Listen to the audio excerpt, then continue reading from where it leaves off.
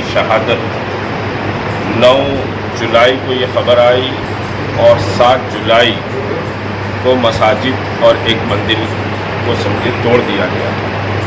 2 मसाजिद की शहादत के बाद से अब आज बहरहाल अगस्त का आखिरी हफ्ता चल रहा है, हुकूमत की तरफ से कोई वाज़ेह तयक़ुन ताहाल नहीं आया। इस सिलसिले में 15 दिन पहले 1 मिलियन सिग्नेचर कैंपेन पूरी रियासत तेलंगाना में शुरू की गई थी और अल्हम्दुलिल्लाह गुज़िश्ता जुमे तक हम 7 लाख सिग्नेचर कंप्लीट कर चुके हैं और इम्कान है कि आज शाम तक सदर दफ्तर पर जो इत्तलात आएंगी हम 10 लाख सिग्नेचर मुकम्मल कर चुके हैं। लेकिन ये मुहिम आशूरे तक चलेगी। आशूरे के बाद तमाम अज़ला के ज़िम्मेदारों को और शहर में जिन जिन इलाक़ों में काम हुआ है फॉर्म दाखिल करने की बात कही गई और अल्हम्दुलिल्लाह पूरे शहर हैदराबाद में और अज़ला ही नहीं बल्कि छोटे छोटे देहात में भी ये सिग्नेचर कैंपेन चली है। 10 लाख दस्तखतें इन मसाजिद की शहादत के ख़िलाफ़ लोगों ने की हैं, तो 10 लाख का मैंडेट कोई छोटा मैंडेट नहीं होता। रियासती हुकूमत को चाहिए कि वो फौरी उन मकामात पर जहाँ मसाजिद थीं वहाँ मसाजिद की दोबारा तामीर कर दी जाए, नंबर 1। नंबर 2 ये कि जो मसाजिद की ज़मीन है वो मसाजिद की ज़मीन तेलंगाना हुकूमत की ज़मीन नहीं होती और न कोई आंध्र प्रदेश हुकूमत ने इन ज़मीनात को दिया। ये ज़मीनात वक्फ़ हैं और वक्फ़ ज़मीनों पर ये दोनों मसाजिद तामीर की गई। वक्फ़ एक्ट और पार्लियामेंट एक्ट ये कहता है और सुप्रीम कोर्ट की रूलिंग है कि वंस वक्फ़ ऑलवेज वक्फ़। एक बार जब ज़मीन वक्फ़ हो जाती है तो उसके मौक़िफ़ को तब्दील नहीं किया जा सकता।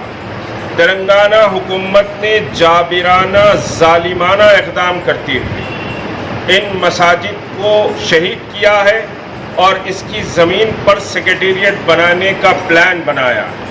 सबसे पहले हमने प्लान को आवाम के सामने रखा। जो नया प्लान आया है उसमें एक ही मस्जिद आ रही है। 2 मसाजिद के एवज़ एक मस्जिद उस मकाम से हटकर मुसलमान तस्लीम नहीं करेंगे। दोनों मसाजिद उसी मकाम पर तामीर होनी चाहिए। शरीयत का भी ये हुक्म है कि एक बार जहाँ मस्जिद तामीर हो जाती है वो क़यामत तक के लिए मस्जिद रहती है। आज यहाँ पर हम नमाज जुमा अदा किए हैं इस मस्जिद में, तो ये मस्जिद भी काबतुल्लाह के साथ जन्नत में रोज़े महशर दाखिल होगी। उसी तरह सेक्रेटेरिएट की मसाजिद की ज़मीन भी रोज़े महशर चाहे बाबरी मस्जिद की ज़मीन हो रोज़े महशर जन्नत में दाखिल होगी। ये हमारा ईमान है और अल्लाह के रसूल सल्लल्लाहु अलैहि वसल्लम की हदीस मुबारका कि मसाजिद रोज़े महशर जन्नत में दाखिल होंगी। तो मसाजिद का मकाम जन्नत की ज़मीन का मकाम होता है और वो उसका मौक़िफ़ को तब्दील नहीं किया जा सकता। अभी समझिए कि इत्तला मिली कि एक रेट नंबर क्या है, एक रेट समझिए कि डाली गई है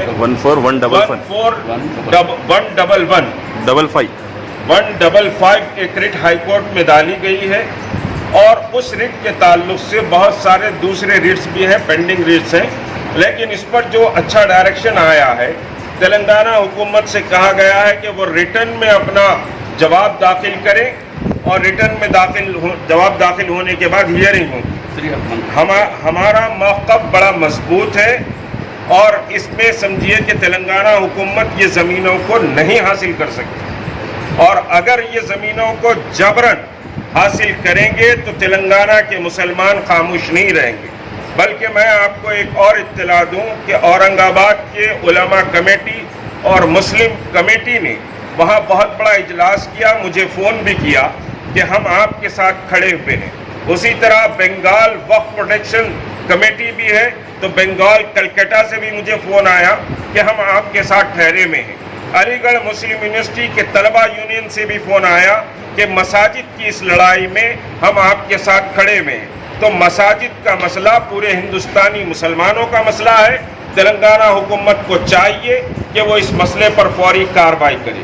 کچھ لوگ اس مسئلے کو ڈھانکنا چاہ رہے ہیں، لیکن 10 لاکھ دستخطوں کے بعد کوئی منافقت نہیں کر سکتا اور کوئی نہ اس موومنٹ کو دبا سکتا ہے. یہ موومنٹ اس وقت تک چلے گا جب تک کہ مساجد دوبارہ اس مقام پر تعمیر نہیں ہوتی. شکریہ. صاحب اسمبلی سیشن آنے والا ہے، اگر اس میں کوئی وعدہ کیا جاتا ہے مسجد بنانے کا تو کیا مسلمان خاموش بیٹھیں گے؟ دیکھیے، زبانی وعدوں پر ہم یقین نہیں کریں گے. اسمبلی میں بڑے دھواں دھار خطابات بھی ہوں گے، ہم کو توقع ہے، اور اس کے بعد چیف منسٹر صاحب زبانی سمجھیے کہ وعدہ کریں گے.